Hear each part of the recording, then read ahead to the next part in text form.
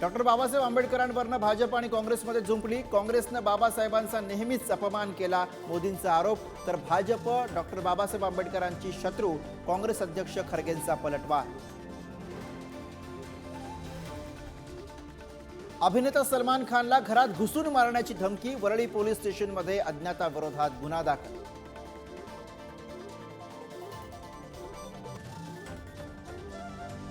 ठाकरेंच्या शिवसेनेला सत्तेत यायचे पण घेत नाहीत, भाजप नेते चंद्रकांत पाटील यांचं वक्तव्य। तर चंद्रकांत पाटलांनी आमची काळजी करू नये, संजय राऊतांचं पाटलांना प्रत्युत्तर।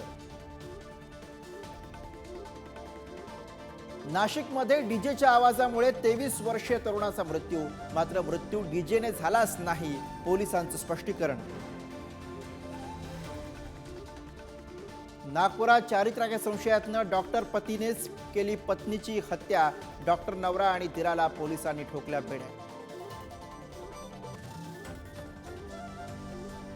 दीनानाथ मंगेशकर रुग्णालयावर कारवाईचा निर्णय उद्या, ससूनच्या वैद्यकीय समितीच्या बैठकीमध्ये होणार निर्णय।